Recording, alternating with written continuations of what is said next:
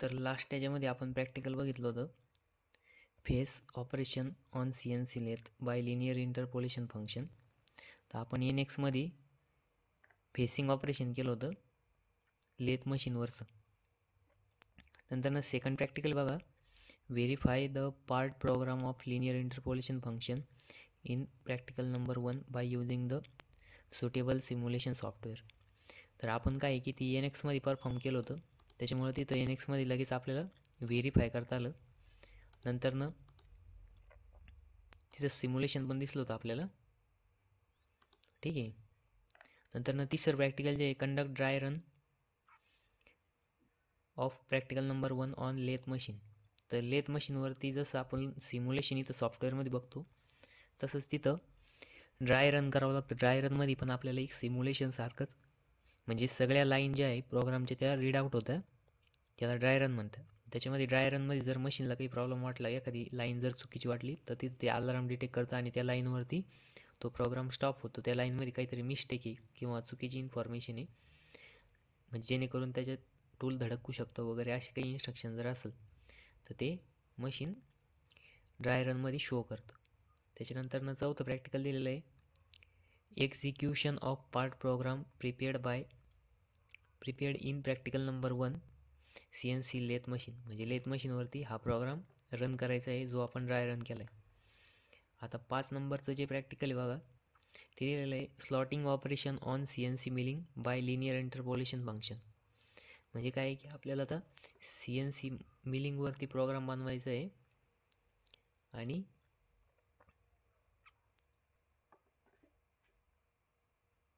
Linear interpolation function use करायचं आहे, ठीक आहे. म्हणजेच काय G01 G02चं यूज करायचं आहे. आपण आता काय करणार आहे, प्रोग्राम बनवणार आहे NXमध्ये. असं बघा इथं दाखवलं आहे, तर याचं सिम्युलेट करून दाखवतो बघा. स्टार्टिंगला फेसिंग ऑपरेशन करेल, big sides 30 mm tool use करेल, आणि नंतर हे जो स्लॉट दिसतोय बघा, हा स्लॉट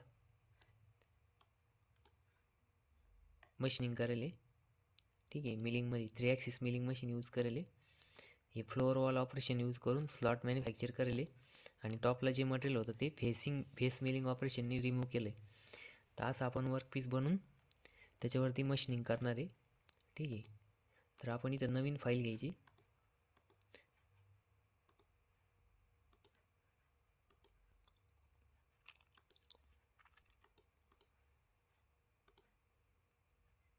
हे सगळं मी क्लोज करते.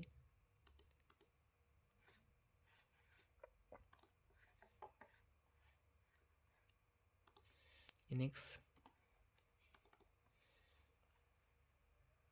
त्याच्या आधी तुम्हाला बघा सॉफ्टवेअर ओपन होतं तोपर्यंत तुम्हाला मिलिंगची ॲक्सिस नॉमेनक्लेचर माहिती पाहिजे बघा. तर मिलिंगमध्ये झेड ॲक्सिस जो आहे तो टूलला असतो.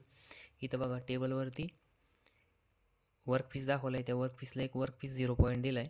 नंतर व्हर्टिकल झेड ॲक्सिस आहे, असा अलाईनमध्ये वाय ॲक्सिस आहे, आणि हॉरिझॉन्टल एक्स ॲक्सिस बघा इथं दाखवला आहे, किंवा तुम्ही इथं पण बघू शकता.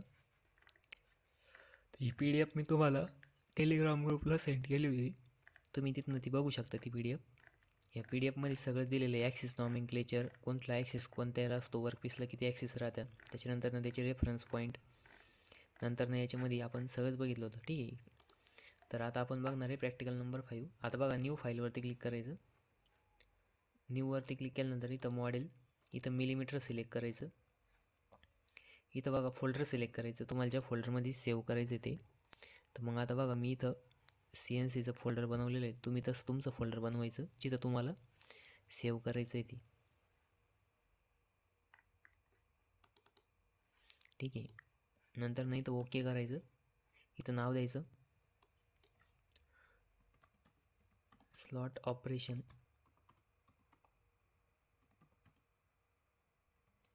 PR, ठीक आहे, आणि ओके बटनवरती क्लिक करायचं.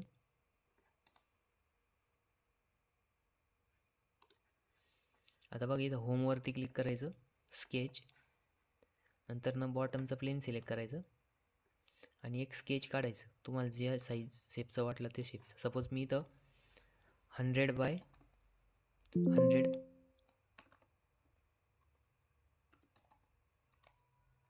ठीक आहे. एक स्क्वेअर काढला. आता बघा त्याची साईज आली. त्याच्यानंतर बघा इथं आता काय करायचं, हा सेंटर पॉईंट सिलेक्ट करायचा. नंतर हा ॲक्सिस जो आहे व्हर्टिकल त्याला सिलेक्ट करायचं. नंतर बघा इथं ऑटोमॅटिक कन्स्ट्रेंट डिटेक्ट होतं, तर पॉईंट ऑन कर म्हणायचं. बघा पॉईंट ऑन कर म्हटल्यानंतर ती इकडं सरकला बघा, सेंटरला आलं. तसंच ह्या लाईनचं सेंटर पॉईंट सिलेक्ट करायचा आणि हा जो एक्स ॲक्सिस आहे तो सिलेक्ट करायचा. नंतर पॉईंट ऑन कर म्हणायचं. बघा हे सेंटरला आलं. ठीक आहे. मग याला काय करायचं, फिनिश करायचं. फिनिश केल्यानंतर ग्रीन कलरमधून ब्ल्यू कलरमध्ये कन्वर्ट होतं. नंतर काय करायचं, एक्सट्रूड कमांडवरती क्लिक करायचं. आता पहिले आपण रिवॉल्व कमांड यूज करायचं सिलेंड्रिकल वर्क पीस असल्यामुळं. आता आपण एक्सट्रूड कमांड यूज करणार आहे आणि हा रिजन जो आहे तो सिलेक्ट करायचा. बघा इथं तुमच्या याच्यात जर रिजन बाउंड्री सिलेक्ट नसेल तर तुम्ही रिजन बाउंड्री करा. ठीक आहे. आता बघा इथं 25 mm लेंथ आली, तर आपल्याला किती पाहिजे, 50 पाहिजे. ठीक आहे. मग 50 mmची लेंथ द्यायची आणि ओके बटनवरती क्लिक करायचं. हा एक ब्लॉक तयार झाला. आता या ब्लॉकमध्ये आपल्याला स्लॉट क्रिएट करायचं आहे. तर स्लॉट कसं क्रिएट करायचं बघा, स्केच इथं टॉपचं फेस सिलेक्ट करायचं आणि ओके बटनवरती क्लिक करायचं. बघा इथं परत एक रेक्टेंगल काढायचं. आता हा रेक्टेंगल बघा, ह्याची साईज द्यायची 25/50. ठीक आहे. आणि क्लिक करायचं. त्याच्यानंतर ह्याचं सेंटर पॉईंट पकडायचं आणि ही जी लाईन आहे ह्याचं सेंटर पॉईंट व्हर्टिकल अलाईन बघा 3 नंबरचं ऑप्शन, याच्यावरती क्लिक करायचं. बघा हे सेंटरला आलं. परत ह्या पॉईंट सिलेक्ट करायचं आणि ह्या एजचं सेंटर पॉईंट सिलेक्ट करायचं आणि हॉरिझॉन्टल अलाईन म्हणायचं 2 नंबरचं ऑप्शन. ठीक आहे. मग आता नंतर काय करायचं, इथे एक स्केच आलं आहे बघा, याच्यावरती आर्कवरती जायचं आणि हा पॉईंट सिलेक्ट करायचा आणि हा एंड पॉईंट सिलेक्ट करायचा आणि आर्कला द्यायचं 12.5. ठीक आहे. इथे एक आर्क जनरेट झाला बघा. परत एकदा ह्या पॉईंटला सिलेक्ट करायचं आणि ह्या पॉईंटला सिलेक्ट करायचं 12.5. ठीक आहे. आता बघा इथं एक स्लॉटचा शेप तयार झाला आहे. पहिले ट्रिम कमांड यूज करायची आणि ही मधली लाईन ट्रिम करून टाकायची. पुन्हा फिनिश करायचं. फिनिश केल्यानंतर आपण 3D इन्व्हायरमेंटमध्ये येतो बघा. आता इथं एक्सट्रूड कमांड यूज करायची. एक्सट्रूड कमांडमध्ये हा रिजन सिलेक्ट करायचा. बघा याला आता रिव्हर्स डायरेक्शनमध्ये फिरवायचं. इथं डबल क्लिक केलं तरी रिव्हर्स होतं किंवा तुम्ही असं इथं ह्या एरोला ओढलं खाली तरी पण होतं. आणि इथं बघा 25 mm डेप्थ द्या. आणि इथं हे जे बुलियन आहे बघा, हे बुलियन काय आहे, युनिट, सबस्ट्रॅक्ट, इंटरसेक्ट. तर आता आपल्याला सबस्ट्रॅक्ट करायचं म्हणजे काय की तेवढं मटेरियल नको आहे आपल्याला. तर मग सबस्ट्रॅक्टवरती क्लिक करायचं आणि ओके म्हणायचं. ओके म्हणल्यानंतर बघा आपला एक वर्क पीस तयार झाला 100x100 आणि त्याची हाईट आहे 50 आणि हा स्लॉट आहे. ह्या स्लॉटची मॅक्झिमम विड्थ जी आहे ती 25 mm आहे, कारण की आपण तिथं 12.5 mm रेडियस घेतली बघा. आणि लेंथ जी आहे ती 50 mm.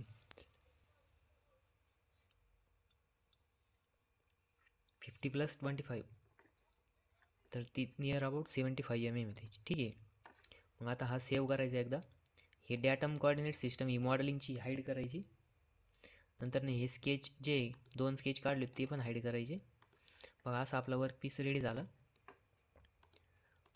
नंतर आता आपल्याला याच्यावरती काय करायचं, ऑपरेशन परफॉर्म करायची. मग आपल्याला आता आपण कोणत्या इन्व्हायरमेंटमध्ये, मॉडेलिंग इन्व्हायरमेंटमध्ये. आता आपल्याला जायचं मॅन्युफॅक्चरिंग इन्व्हायरमेंटला.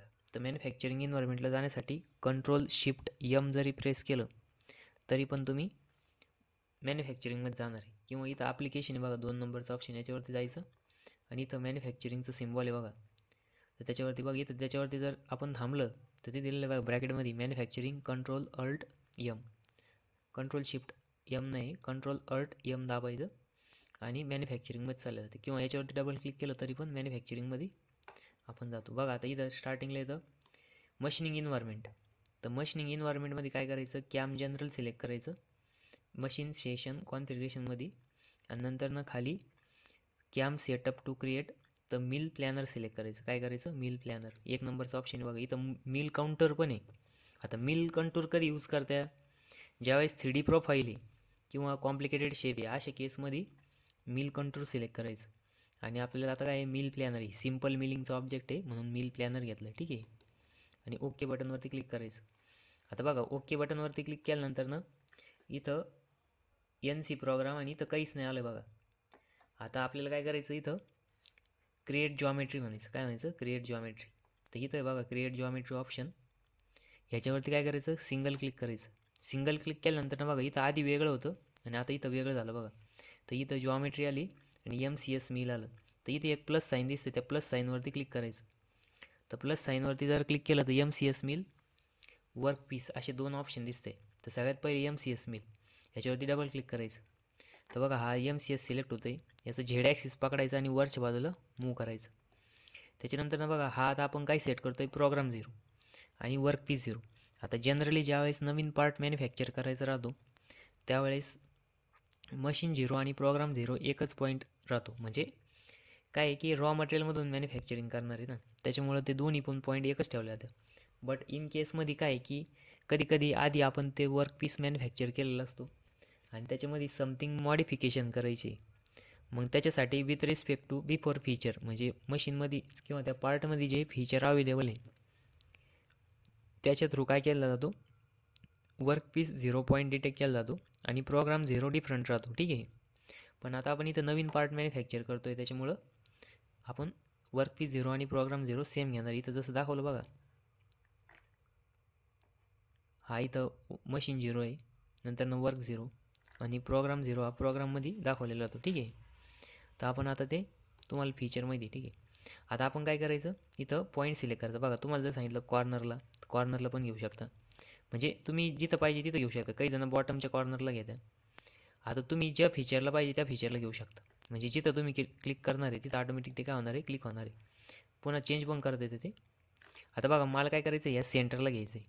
मग या सेंटरला क्लिक केलं नंतर ना हा जो ॲक्सिस आहे तो पुढं वाढायचा. ठीक आहे. मग किती, तर आपल्याला माहिती 100x100चं आहे, तर 50 mm राईट इकडं स्ट्रेच करायचं. आता बघा हे परफेक्ट सेंटरला आलं. नंतर ना बघा वाय ॲक्सिस असा आहे, झेड ॲक्सिस परपेंडिक्युलर आहे. आता कधी पण लक्षात ठेवायचं, झेड ॲक्सिस हा वर्कपीसच्या फेसला परपेंडिक्युलर पाहिजे, कारण की झेड ॲक्सिसच्या अबाउट मिलिंगमध्ये कटिंग होत राहतं. टूलचा कटिंग ॲक्सिस असतो हा झेड. ठीक आहे. मग बघा आपण आता इथं प्रोग्राम 0 सेट केला. त्याच्यानंतर ना बघा आता आपल्याला काय करायचं, वर्क पीसवरती डबल क्लिक करायचं. वर्क पीसवरती डबल क्लिक केल्यानंतर ना स्पेसिफाय पार्ट, या स्पेसिफाय पार्टवरती क्लिक करायचं आणि हा ऑब्जेक्ट सिलेक्ट करायचा. सिलेक्ट केल्यानंतर ना ओके बटनवरती क्लिक करायचं. बघा इथं हे जे डिस्प्ले ऑप्शन आहे याच्यावरती क्लिक करायचं आणि चेक करायचं सिलेक्ट झाला की नाही. तर बघा कलर चेंज होतो सिलेक्ट झालेलं जर असेल तर. ठीक आहे. परत एकदा स्पेसिफाय ब्लँकवरती क्लिक करायचं. आता इथं बघा डिस्प्ले ऑप्शन ऑफ आहे, हाईड आहे. जर आपण ह्या ब्लँकवरती जर क्लिक केलं तर केल्यानंतर ना बघा इथं जॉमेट्री येते. तर जॉमेट्रीऐवजी काय करायचं, बाउंडिंग ब्लॉक करायचं. आपण सिलेंडरमध्ये काय करायचो, बाउंडिंग सिलेंडर सिलेक्ट करायचं. आधी इथं बाउंडिंग ब्लॉक सिलेक्ट करायचं. तर बाउंडिंग ब्लॉक सिलेक्ट केल्यानंतर तुम्हाला एक्स्ट्रा स्टॉक जर ठेवायचा असेल प्रत्येक बाजूने, तर आपण काय करणार आहे, आता इथं एक्स आणि वाय डायरेक्शनमध्ये स्टॉक ठेवणार नाही, बट बॉटम साईडला 20 mm ठेवायचं. कारण की आपल्याला 15 mm होल्डिंगसाठी लागणार आहे. आपण व्हाईसमध्ये हा वर्क पीस होल्ड करणार आहे. त्याच्यानंतर न टॉप साईडला 5 mm स्टॉक ठेवायचा फेसिंग करायसाठी. ठीक आहे. म्हणजे हे फेसिंगचं ऑपरेशन परफॉर्म होईल इथं. नंतर ओके बटनवरती क्लिक करायचं. ओके बटनवरती क्लिक केल्यानंतर ना बघा आता काय करायचं, इथं ओके बटनवरती क्लिक करायचं. आता आपण वर्क पीस पण सिलेक्ट केला आणि त्याचं ब्लँक पण सेट केले. ठीक आहे. बॉटम साईडला 20 mm ठेवलं आहे, 15 mm ही होल्डिंगसाठी आणि 5 mm त्याच्यामध्ये व्हाईसमध्ये आणि कटिंग टूलमध्ये कटिंग एरियापर्यंत गॅप राहिलं पाहिजे म्हणून 5 mm ठेवलं. ठीक आहे. आता नंतर क्लिक करायचं आहे क्रिएट ऑपरेशनवरती. क्रिएट ऑपरेशनमध्ये काय करायचं तर इथं बघा फेसिंग ऑपरेशन आहे, फेस मिलिंग विथ बाउंड्रीज याच्यावरती क्लिक करायचं. नंतर ना इथं जायचं, प्रोग्राम म्हणायचं, इथं नन ठेवायचं, इथं वर्क पीस घ्यायचं, मेथड फिनिश घ्यायची आणि ओके बटनवरती क्लिक करायचं. आता बघा इथं स्पेसिफाय बाउंड्री, तर बाउंड्रीवरती क्लिक करायचं आणि इथं कर्व सिलेक्ट करायचं. काय इथं बघा फेस सिलेक्ट एक कर्व घ्यायचं. मग ही एक कर्व 2, 3 आणि 4 याच्यावरती क्लिक करायचं आणि इथं बघा इनसाईडच ठेवायची. ह्या कर्वच्या म्हणजे ही जी कर्व बाउंड्री सिलेक्ट केली याच्यामधलं फेसिंग करायचं. ठीक आहे. ओके बटनवरती क्लिक करायचं. नंतर ना बघा इथं टूलवरती जायचं. आता फेसिंगसाठी काय आहे की टूल कोणतं पण घेतलं तरी चालेल. जेवढं जास्त मोठं साईज डायमीटरचं टूल घेऊ आपण तेवढं लवकर काय होणार आहे, फेसिंग होणार आहे. मग क्रिएट टूल, मग इथं मिलिंग, नंतर ओके करायचं. मग बघा आता इथं टूल येतं आहे, ह्या टूलला थोडंसं वरच्या बाजूला मूव्ह करून घ्यायचं, आपल्याला दिसलं पाहिजे ते. तर मग इथं 30 mm डायमीटर आहे. मग तुमच्याकडं जे अवेलेबल टूल आहे तुम्ही ते सिलेक्ट करू शकता. सपोज आपल्याकडं अवेलेबल आहे 30 mm फेसिंगसाठी. मोठं इन्सर्टचं टूल राहतं बघा, तर ते पण यूज करू शकतो आपण. नंतर इथं त्याची कटिंग लेंथ जरा कमी करू आपण, लेंथ 50 घेऊ. आणि फ्ल्यूट लेंथ 35 घेऊ, ठीक आहे, किंवा 30 घेऊ, किंवा तुम्ही 25 पण घेऊ शकता. नंतर नाही इथं शँकवरती क्लिक करायचं. शँकमध्ये डिफाईन शँक. आता बघा शँक तुम्ही डिफाईन पण करू शकता तुमच्यानुसार. आता बघा मी इथं शँकचं जी लेंथ आहे ती 75च्या ऐवजी ती काय करतो 50, ठीक आहे. म्हणजे तुमच्याकडे जे अवेलेबल शँकचं ते तुम्ही तिथं टाकू शकता. नंतर इथं होल्डर पण येतं बघा स्टँडर्ड, त्या होल्डरचं पण तुम्ही इथं म्हणजे तुमच्याकडे जर अवेलेबल असेल तर ते करू शकता. इथं टूलच्या तिथं बघा टूलचं मटेरियल कुठलं आहे ते सिलेक्ट करायचं आहे. सपोज आता माझ्याकडं कार्बाईड कोटेड टूल आहे, मग मी कार्बाईड कोटेड घेणार आणि ओके बटनवरती क्लिक करणार. तुमच्याकडे जे अवेलेबल आहे ते तुम्ही सिलेक्ट करायचं. नंतर ना ओके बटनवरती क्लिक करायचं. ओके बटनवरती क्लिक केल्यानंतर इथं बघा बाकी तुम्ही काही चेंज करायचं नाही. आता tool axis normal to the face आहे. नंतर ना इथं फिनिश झिगझॅगचे तिथं काय करायचं पेरी फेरी करा, म्हणजे काय की पेरी फेरीपासून सुरुवात होईल.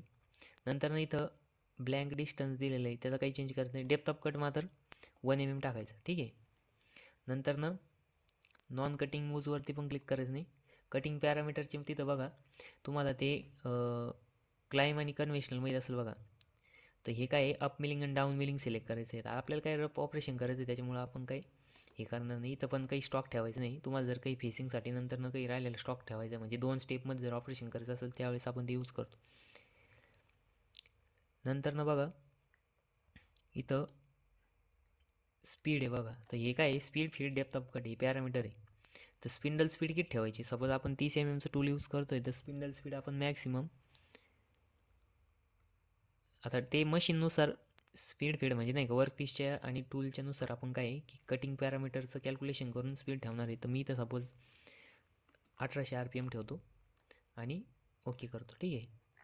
नंतर इथं जनरेट म्हणायचं. तर जनरेट म्हटल्यानंतर ना बघा इथं बघायचं एकदा सिलेक्ट झालेलं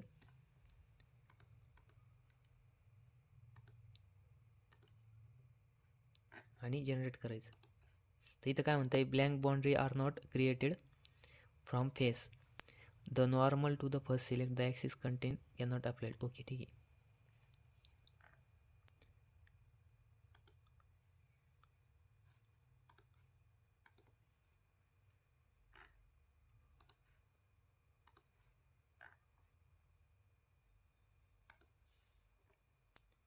एक काम करा क्रिएट ऑपरेशनमध्ये हे जे 1 नंबरचं ऑपरेशन आहे याला सिलेक्ट करा.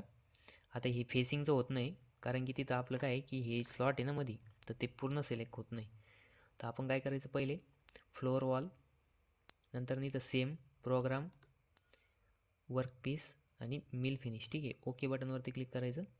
नंतर ना बघा कटिंग फ्लोअरमध्ये हा फ्लोअर सिलेक्ट करायचा आणि ओके बटनवरती क्लिक करायचं. नंतर पुन्हा इथं क्रिएट टूलवरती क्लिक करायचं, मिलिंग ऑपरेशन ओके. आता इथं आपण बघा मोठं टूल ठेवू, ठीक आहे, 30 mm यूज होल्डर आणि याची जी लेंथ आहे ती 50 करू. त्याच्यानंतर हे जे टूल आहे याची पण लेंथ किती 50 ठेवू आणि कटिंग लेंथ 30 ठेवू, ठीक आहे. आणि इथं त्याचं जे मटेरियल आहे ते कार्बाईड सिलेक्ट करा, कार्बाईड कोटेड, ठीक आहे. ओके ओके, ठीक आहे.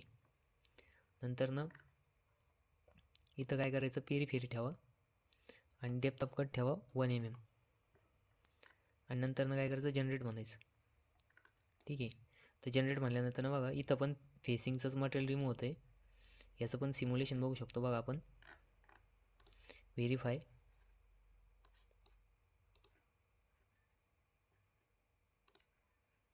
3D डायनामिक्स बघू कारण त्याच्यात मटेरियल रिमूव्ह होताना पण दिसणार आहे बघा.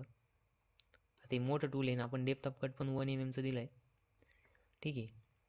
त्याच्यानंतर बघा आता आपलं ॲक्च्युअल स्लॉट मशीनिंग होणार आहे.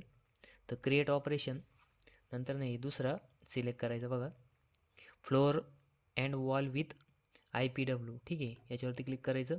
सेम प्रोसेस इथं वर्कपीस, इथं नंतर इथं मिल फिनिश आणि ओके बटनवरती क्लिक करायचं. नंतर काय करायचं बघा फ्लोअर कट. आता तो फ्लोअर सिलेक्ट करायचा, हा बॉटमचा फ्लोअर इथपर्यंत कटिंग करायचं आहे. नंतर बघा इथं पेरी फेरी घ्यायचं. नंतर इथं टूल, आता बघा टूलचा हा स्लॉट जो आहे तो मॅक्झिमम 25 mm आहे.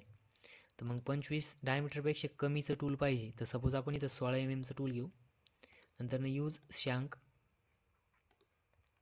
आणि त्याची कटिंग लेंथ 50 दिलेली बघा फ्लूट लेंथ. तर आपलं डेप्थ किती 25 आहे, आपण एक मॅक्सिमम 40 mm ची फ्लूट लेंथ ठेवू.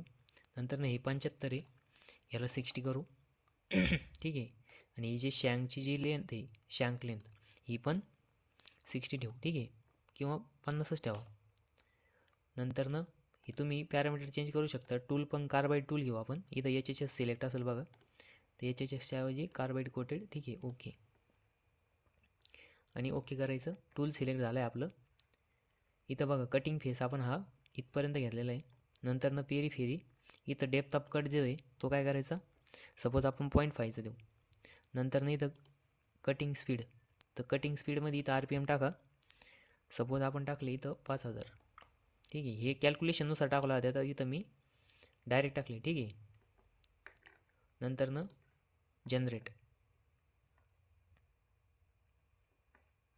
जनरेट केल्यानंतर बघा इथं टूल पाथ दिसतोय. हा टूल पाथ काय झाला, क्रिएट झाले. नंबर्स ऑफ लाईन काय झालं, क्रिएट झाले. आता बघा इथं डेप्थ आहे 25 mm आणि आपण दिलं आहे डेप्थ ऑफ कट 0.5चा. त्याच्यामुळे इथं नंबर ऑफ लाईन जास्त आले, म्हणजे 50 लाईन आल्या टोटल. तर हा डेप्थ ऑफ कट जर आपण कमी केला, सपोज 1 mmचा दिला, जास्त केला, तर मग हे लाईन काय होणार, रिड्यूस होणार. आणि प्रोग्राम टायमिंग पण काय होणार, कमी होणार. म्हणजे प्रोग्राम टाईम कमी होणार, कारण डेप्थ ऑफ कट काय आलं, जास्त दिलं आपण. आता बघा नंतर इथं काय करायचं, हा प्रोग्राम सिम्युलेट करून बघायचा. टूल पाथ व्हेरीफाय करताना इथं 3D डायनामिक्सवरती क्लिक करायचं आणि मशीनिंग करून बघायचं. बघा हा फ्लोअरचं मटेरियल काय झालं, रिमूव्ह झालं. ठीक आहे. आता हे दोन्ही पण प्रोग्राम आपण काय केले, रन केले, बरोबर. म्हणजे दोन्ही पण प्रोग्रामची इथं ग्रीन टिक आलेलं पाहिजे. ग्रीन टिक आलं म्हणजे करेक्ट आहे, काहीच प्रॉब्लेम नाही. नंतर या MCS मिलवरती क्लिक करायचं. नंतर टूल पाथ आणि इथं सिम्युलेट म्हणायचं. काय म्हणायचं, सिम्युलेट. मग आता बघा सिम्युलेट म्हटल्यानंतर इथं खाली जायचं आणि हे show material, show tool path दोन्ही पण शो झाले पाहिजे. ठीक आहे. नंतर इथं रन करायचं. बघा आता इथं टूल पाथ आणि ते रन होताना दाखवते.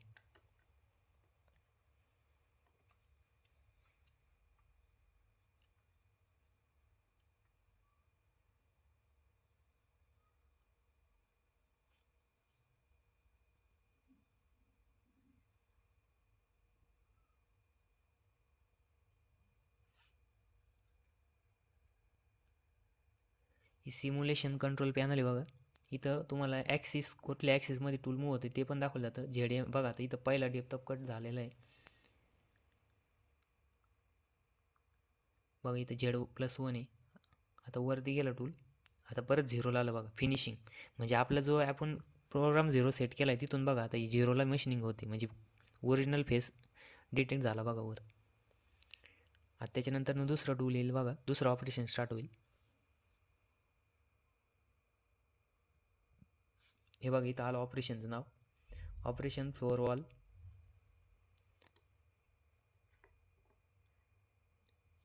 ठीक आहे. आता बघा इथं 1 by 1 ऑपरेशन होत चाललंय.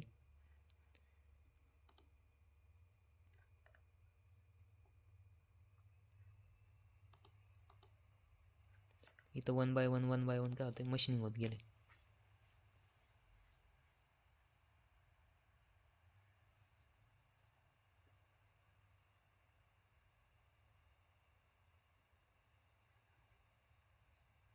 बघा आता याला क्लोज करायचं. हे सिम्युलेट झालं, ओके, रन झालं सगळं. ठीक आहे. नंतर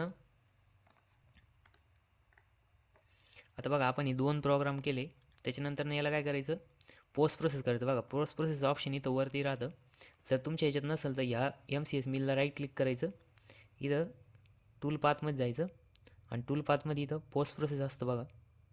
नाही इथं डायरेक्ट वरती येतं बघा. इथं राईट क्लिक करून पोस्ट प्रोसेसवरती क्लिक करायचं. आता बघा इथं 3 ॲक्सिस सिलेक्ट करायचं, मिल 3 ॲक्सिस. आणि तुमचं जे फोल्डर आहे, सपोज इथं मला आउटपुट फाईलचं फोल्डर आता मी इथं हे सिलेक्ट केलेलं आहे. ठीक आहे. आणि याला ओके करायचं. ठीक आहे. ओके केल्यानंतर हा प्रोग्रामचा कोड जनरेट झाले बघा. लिनियर इंटरपोलेशन G01चं कोड यूज झालेलं आहे इथं. ठीक आहे. मग याला काय करायचं, सेव्ह करायचं. मग इथं तुम्ही ते तुमचं फोल्डरला सेव्ह करायचं. आता सपोज माझं इथं CNCचं फोल्डर आहे. मग मी याच्यामध्ये इथं नाव देणार स्लॉट ऑपरेशन.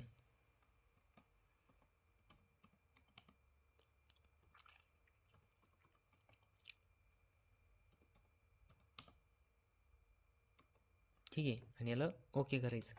नंतर याची तुम्ही प्रिंटआउट काढायची. नंतर बघा इथं शॉप डॉक्युमेंट 1 नंबरचं जे डॉक्युमेंट आहे ऑपरेशन लिस्ट, याच्यावरती क्लिक करायचं आणि इथं याला ओके म्हणायचं. ओके म्हटल्यानंतर बघा तुमच्या याच्यामध्ये HTML जनरेट होती एक.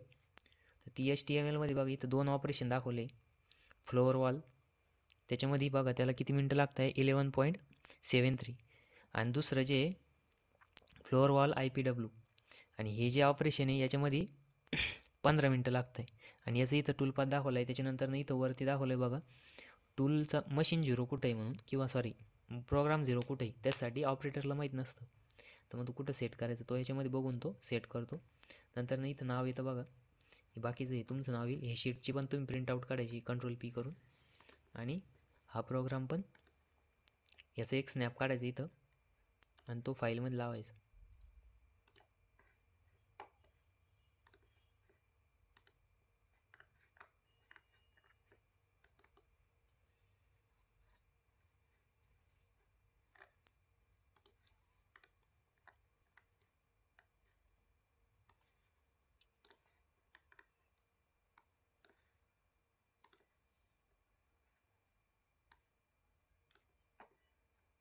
ठीक आहे. मग स्नॅप काढायला तर काय स्नॅपिंग टूल यूज करायचं आणि याचा फोटो सेव्ह करायचा. ठीक आहे.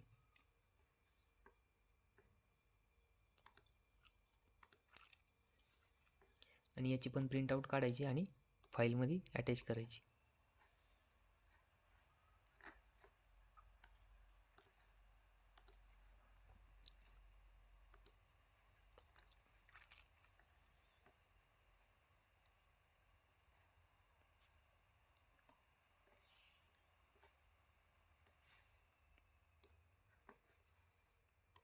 आणि HTML पण प्रिंट काढायची, ती पण सेव्ह करायची. आता बघा इथं आपण डेप्थ ऑफ कट पाहिलेला 1 mm दिलता आणि दुसऱ्याला 0.5 दिलता, त्याच्यामुळे इथं कमी टाईम लागला. नाही तर तुम्ही जेवढा डेप्थ ऑफ कट कमी करशाल तेवढा इथं काय होणार आहे टाईम वाढत जाणार आहे. ठीक आहे. आणि हे सेव्ह करायचं.